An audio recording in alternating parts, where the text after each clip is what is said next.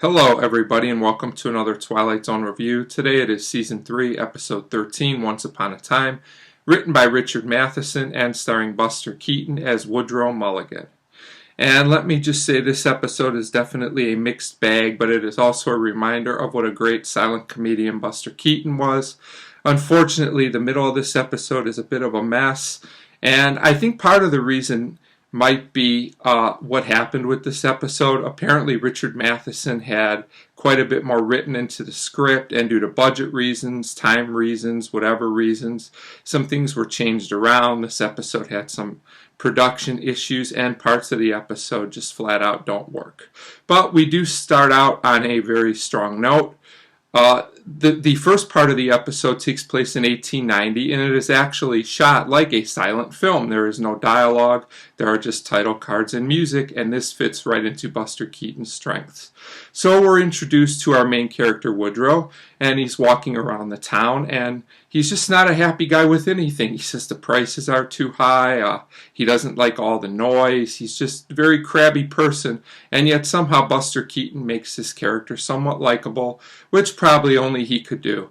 Then we get a really odd and out of place opening narration, which doesn't work for the style we're being filmed in, as Rod Serling tries to talk over the silent stuff that's going on. It probably just should have been left out altogether. But then things get good again because we just get Buster Keaton doing physical comedy for a couple minutes, which as far as I'm concerned he could have done for the whole 25 minutes or so, and the episode would have been better. This put a huge smile on my face. This guy was funny even at this time period. So eventually, after Buster does some of his physical stuff, we find out that there's an inventor and he has a time helmet. And he says, you can go to any time period, but only for 30 minutes. So Woodrow thinks that this is a good idea. He says, I'll be able to get away from all the noise and everything for 30 minutes. Well, I hate to tell you, Woodrow, things won't be what you think in the future. But so he puts this hat on and it goes crazy. He runs around with it. I don't think he quite expected that reaction. But eventually he does wind up in the present day.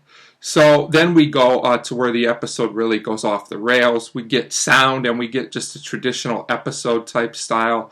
And this doesn't really suit Keaton or the episode very well. I don't think it's Keaton's fault. I think the problem is that they were trying to do silent physical comedy in a sound setting, and it just was not a good idea. So we find out immediately there's tons of noise around, and while he's getting used to his surroundings, Woodrow actually loses the helmet.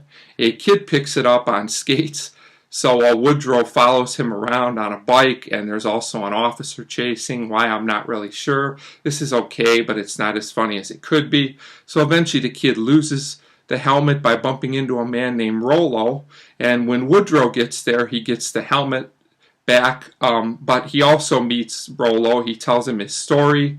The man tests him with some questions and eventually believes him that he's from the past. The only problem is that they find out that the helmet, something's wrong with it. It's short-circuited. It's broken. So Woodrow and Rollo go into a repair shop to get it fixed. The man says he can't fix it till Thursday, but they only have like 15 minutes left, I think, to get it fixed. So, this is really a problem.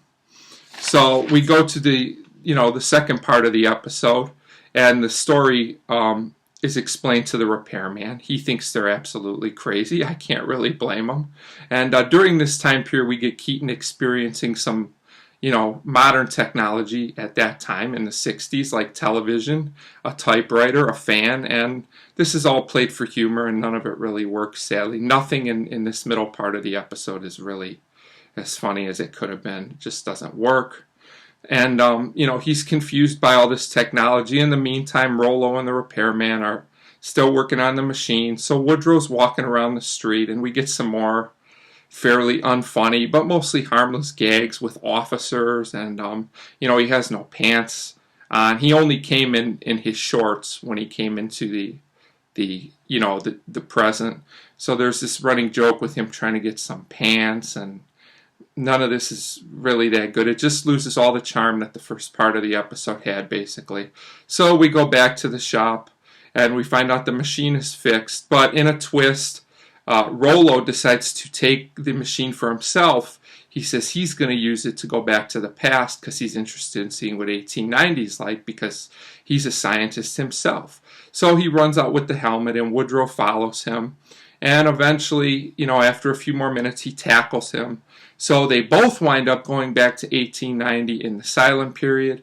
And we find out that Woodrow is a much happier person. His lesson was that he now appreciates the time period he's in and doesn't think, the grass is always greener on the other side, to quote an expression.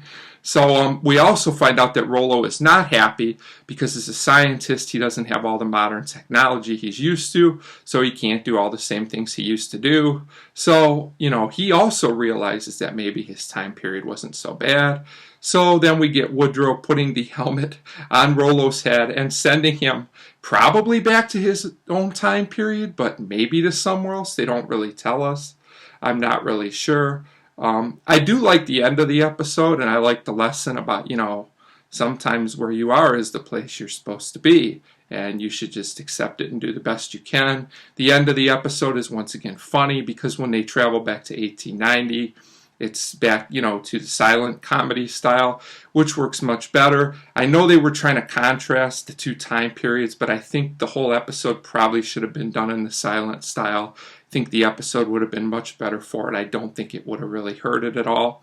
So, this episode's uneven. It's a mixed bag, but I have to say I just enjoyed Buster Keaton so much that I can't totally destroy this episode despite all its problems. So I'm going to give Once Upon a Time a 2.5 out of 5.